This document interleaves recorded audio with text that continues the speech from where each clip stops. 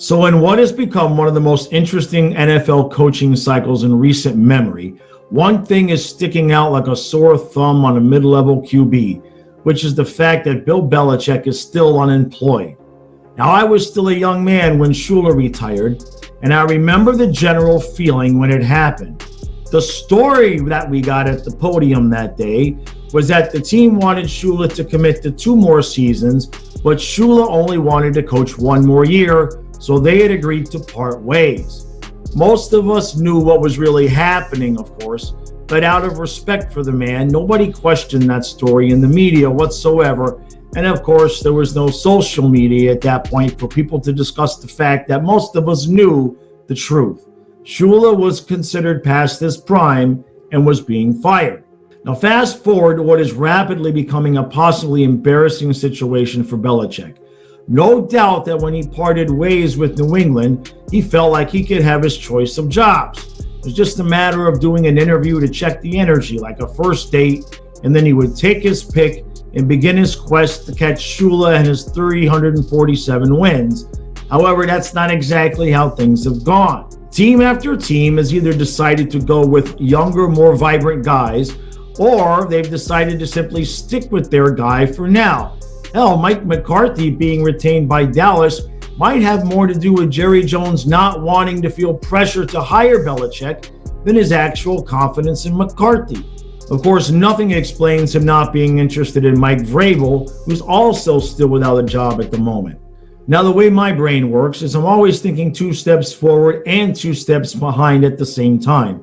I suppose that had Belichick thought he would have this kind of trouble landing a job, you might have just seen a situation where he was, in quotes, promoted up the ladder in New England for a season instead of what we have now.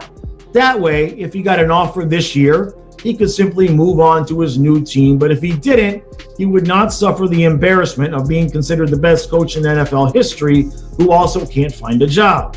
Now, normally nobody would question Belichick's motives, but now we must. He appears to be motivated by 2 main things.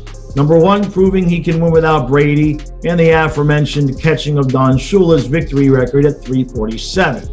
Most likely, he would need 2 seasons at least to catch Shula, and I say at least because without him being hired by a ready-to-win team like Dallas, he might suffer a 6 or less win season like he did last year, maybe even 2 of them if recent history is any guide.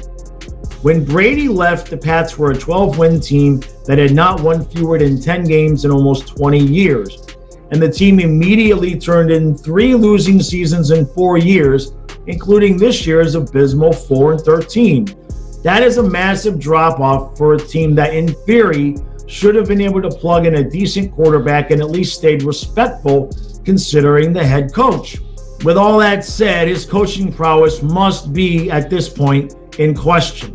It seems to me the teams must sense this and sense that his motivation is not exactly team building or franchise improvement related, but rather the pursuit of goals that are more singular and personal in nature.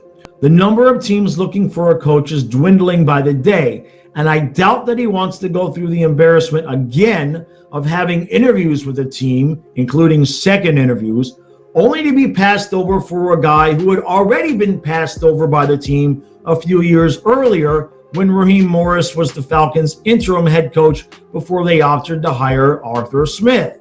Look, nobody is going to feel bad for Belichick with all those trophies, but I do think he might be best served to take a year off and recharge, do some TV, and then let a team who wants him chase him next season, as opposed to what we have now, in which he's looking like he's getting desperate in his search for a team that will let him prove that he can win without a Hall of Fame quarterback, pass Shula, and then retire in 3 or 4 years anyway. Maybe after another disaster year for McCarthy in Dallas, or even worse and quite possibly laughable, what if McDaniel gets canned in Miami with the team in win now mode? Though I have to admit I'm saying that while laughing. But hey, if Thurman Thomas can play for the Finns, anything is possible. Or maybe Bill should just do the smartest thing and retire off into the sunset with his pride still intact and just admit that Brady played a larger role in those Super Bowls than maybe Bill wants to admit.